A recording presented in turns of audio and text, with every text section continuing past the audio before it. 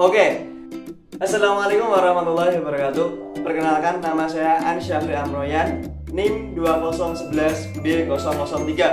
Di sini saya dari mahasiswa keperawatan semester 4 IK Strada. Di sini kita akan belajar bersama-sama mengenai transfusi darah. Nah, apa sih transfusi darah itu? Mari kita simak videonya berikut ini. Cek it out. Nah, apa sih transfusi darah itu? Transfusi darah adalah suatu pemberian darah lengkap atau komponen darah seperti plasma, sel darah merah, ataupun trombosit melalui intravena atau biasa yang kita sebut itu IV ya. Terus tujuan dari pemeriksaan darah itu apa? Yang pertama, memenuhi kebutuhan klien terhadap darah sesuai dengan program pengobatan. Yang kedua, transfusi darah menangani pasien anemia yang berat.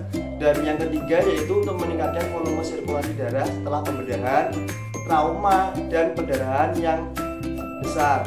Yang keempat, untuk meningkatkan jumlah sel darah merah dan untuk mempertahankan kadar hemoglobin pada klien yang menderita anemia berat. Indikasi pemberian transfusi darah yang pertama yaitu HB kurang dari G atau DL. Yang kedua adalah pasien yang preoperasi. Nah, dalam pemberian darah harus diperhatikan yang pertama kondisi pasien, yang kedua kemudian kecocokan darah melalui nama pasien, label darah, golongan darah, dan periksa warna darah terjadi gumpalan atau tidak, homogeneitas atau bercampur atau tidak.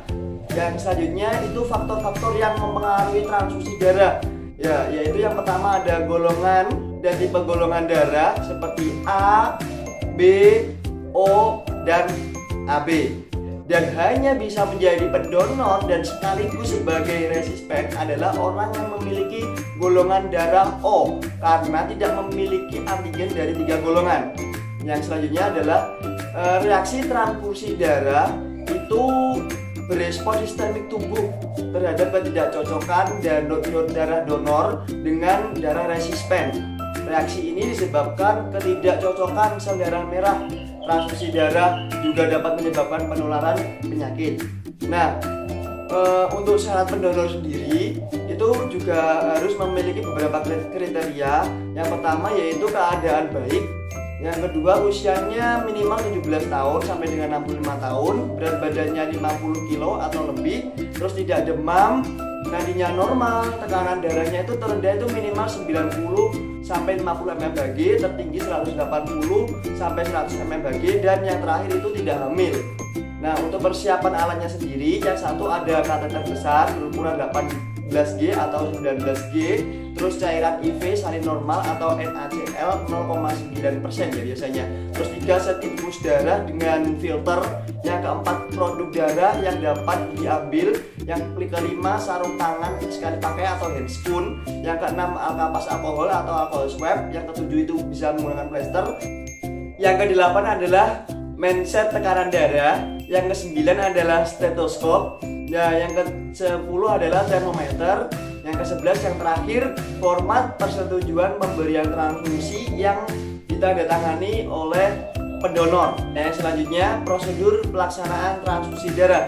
Yang pertama, jelaskan prosedur dan tujuan tindakan pada pasien. Yang kedua, ikuti protokol instansi dalam mendapatkan produk dari bank darah dan kecocokan dengan identitas pasien. Dan yang ketiga, lakukan pengkajian pasien pernah menerima transfusi darah atau belum. Yang keempat, ukur TTV pasien. Yang kelima, cuci tangan dan gunakan handscoon. Yang keenam, pasang selang infus yang memiliki kateter berukuran besar. Selanjutnya, yang nomor 7, gantungkan botol larutan NS 0,9% untuk diberikan setelah pemberian infus darah selesai. Nah, yang ke-8, berikan NS 0,9 dan mulai berikan transfusi darah secara berlahan dengan kecepatan 2 ml atau 5 per menit untuk 15 menit yang pertama ya, dan tetaplah bersama pasien. Dan yang ke-9, monitor tanda-tanda vital setiap 5 menit pertama selama 15 menit pertama transfusi darah, selanjutnya diukur setiap jam. Yang ke-10, pertahankan kecepatan infus yang diprogramkan menggunakan pompa infus. Yang ke-9, minta klien untuk melaporkan apabila ada rasa menggigil, sakit kepala, gatal-gatal, dan ada ruam dengan segera. Yang ke-12, lepas dan buang handscoon. Yang 13 itu cuci tangan dan dokumentasikan.